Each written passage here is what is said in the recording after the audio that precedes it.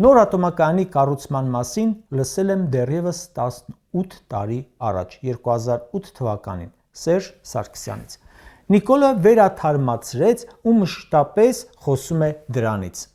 18 տարին բավարար չէ ատոմակայան կառուցելու համար։ Մասնագետներն ասում են, միջինը 10 տարին է բավարար։ Բայց 18 տարի ինչ եք դուք քննարկում։ Փաշինյանն ասում է. շատ հետաքրքրված ենք մոդուլային ատոմակայանների տեխնոլոգիաներով, ԱՄՆ-ն էլ պատրաստակամ է այդ տեխնոլոգիաները կիսել մեզ հետ։ Բայց Ամերիկայի Միացյալ Նահանգները ախր չունի նման ատոմակայանի հաջողված փորձ։ Աշխարհում կա 3 մոդուլային ատոմակայան, 2-ը Ռուսաստանում, 1-ը Չինաստանում, այլ երկրում չկա։ Այսինքն սրանք ասում են, մենք ուզում ենք կիսել մի երկրի փորձ,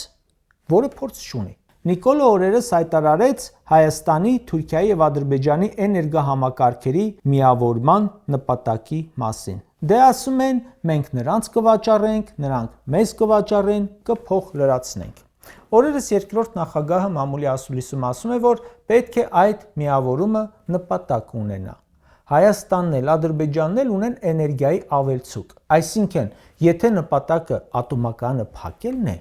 ինչպես որ պահանջում են Թուրքիան ու Ադրբեջանը, այդպես ասեք։ Նորը չեք սարքում։ Հնի ժամկետը մինչև 36 թվականն է, այսինքն ընդամենը 10 տարի է մնացել։ Փակում եք ու վերջ։ Կատարված է համարում Թուրքիայի եւս մեկ պահանջ։ Թուրքիան անկախությունից ի վեր պահանջում է փակել Մեծամորի ատոմակայանը։ Այն ժամանակ, երբ Հայաստանի ու Ադրբեջանի էներգոհամակարգերը միանան, ատոմակայանն էլ փակվի, ունենում ենք ադրբեջանական էներգիայից խիստ կախվածություն իր բոլոր վտանգավոր սպառնալի հետևանքներով, իսկ սա միանգամայն հնարավոր սցենար է։